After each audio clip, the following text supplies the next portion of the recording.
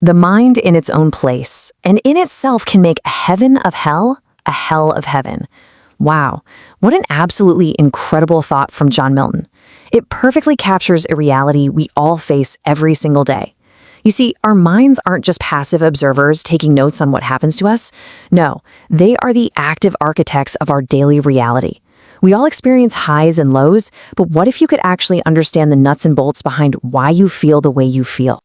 Well, welcome to This Explainer. Today, we're demystifying exactly why we sometimes feel so awful, and much more importantly, how we can actually regain control over our mental state.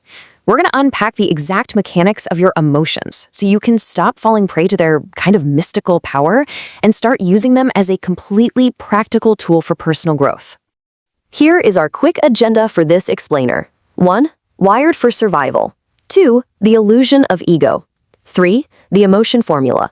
4. Physiology and your mood. And 5. Conditioning positive emotions. We are pulling all of our insights today from an absolutely fantastic source, Master Your Emotions by Thibaut Maurice. It's a highly practical guide designed to help us overcome negativity and systematically manage our feelings. Okay, let's dive right into this. Section 1. Wired for survival. Why we are biased towards negativity. So if you constantly feel like your mind is just naturally leaning heavily towards the negative, I really want to validate that struggle for you right now. It is completely natural, and honestly, there's a deep biological root to this problem.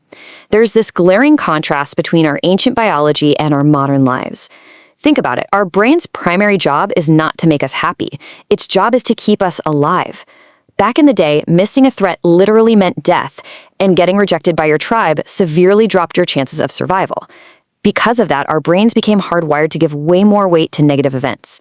But jump to today, and our modern desire is all about happiness and constant dopamine. And marketers and social media totally exploit this vulnerability. Checking your phone and getting that flurry of notifications, it gives you this artificial dopamine hit. We start to crave the next exciting thing, but those tiny, fleeting hits, they just aren't the same thing as true, lasting happiness. Basically, our emotional system is currently misfiring. And chasing those external hits, it just doesn't work long-term. Let me tell you about this famous 1978 study. They looked at two incredibly different groups of people, recent lottery winners and individuals who had recently become paraplegic. And what they found was truly astonishing. 1 year after their massive life-changing events, both groups were just as happy or unhappy as they were before the event even happened. This phenomenon is called hedonic adaptation. Basically, we just adjust to our new normal. So get this, only 10% of your happiness is actually linked to external factors. 10%. That means a massive 90% is your internal attitude. Your baseline happiness is determined by how you interpret your life, not what actually happens to you.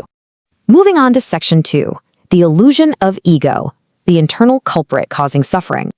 So if external events aren't the main problem, what's the internal mechanism that keeps trapping us in these negative loops? Well, we need to define the ego clearly because it is the absolute central character in our emotional struggles. And when I say ego, I'm not just talking about acting arrogant or self-important. The ego is the mind-created self-identity you've constructed throughout your entire life. It is built completely out of your thoughts, and honestly, it lacks any concrete reality. Actually, a better way to think of it is like that constant voice in your head that's just endlessly judging others, and definitely judging yourself. Because we aren't aware that it's just a mental construct, we become enslaved by it, and man, it causes an immense amount of self-inflicted emotional suffering. Your ego derives its identity from incredibly varied sources. We're talking about your physical body, your political or religious beliefs, your personal story, and even your material items. The ego basically equates having with being. Because of this, when someone attacks your political beliefs or maybe criticizes your religion, you don't just see it as a simple difference of opinion. No way. Your ego feels that its very existence and identity are under attack. This really strong, desperate identification is the root of so many of our negative defensive emotions. We suffer because we cling to things that aren't truly us. Section 3. The emotion formula, the mechanics of how emotions are formed. Now that we've diagnosed the ego's role in all this, we can look at exactly how an emotion takes root in the mind. And this is the pivotal light bulb moment of This Explainer. We are going to treat the inherently irrational subject of emotions as a strictly logical equation. This formula right here is exactly how emotions are formed. Interpretation plus identification plus repetition equals a strong emotion. Whenever a random thought pops into your head, if you don't drop it, it goes right through this exact funner. The beauty of this framework is that if you want to weaken a negative emotion, you simply have to remove one of these elements from the equation. If you knock out just one pillar, the whole negative emotion collapses. Let's break these 3 steps down. Okay, step 1 is interpretation. Events have absolutely no meaning on their own. Think about a sudden, heavy downpour of rain. To a farmer facing a terrible drought, that rain is a massive blessing. But to someone setting up a picnic, it's a total curse. The rain itself is perfectly neutral. It's your personal interpretation that creates either the joy or the suffering. Step 2 is identification. This is when you zero in on the thought and attach your ego tightly to it.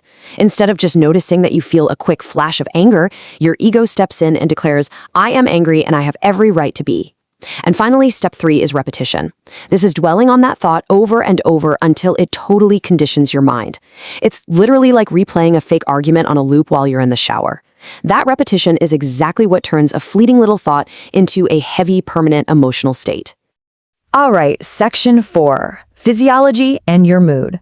Immediate steps to hack the formula. So that formula happens in the mind, but what if we need an immediate reset in the real physical world? Well, you can rapidly alter your emotional state by simply changing your physical reality. Here are some immediate hacks from the source.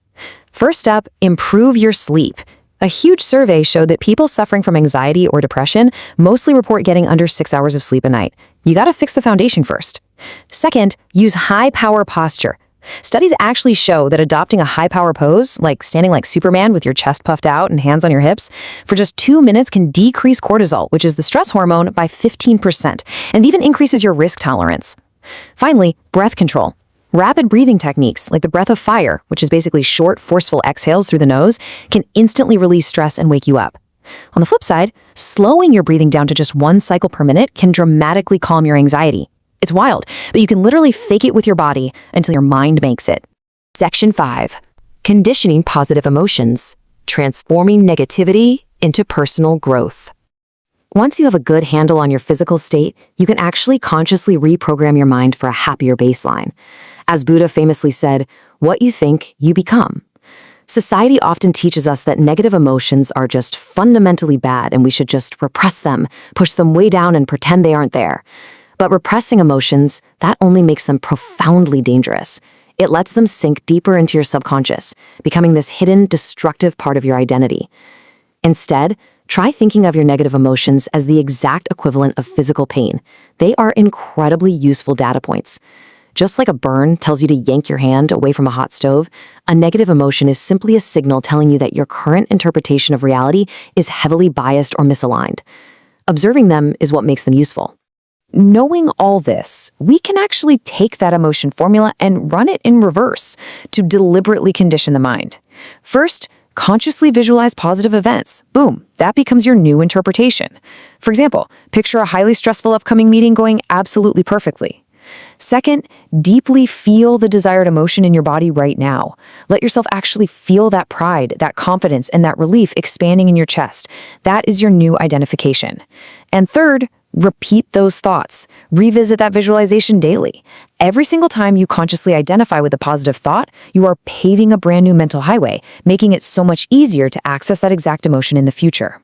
You are actively building a new, robust, positive baseline. Which brings us to the ultimate question you really have to ask yourself. Are you using your emotions to grow, or are you just beating yourself up over them?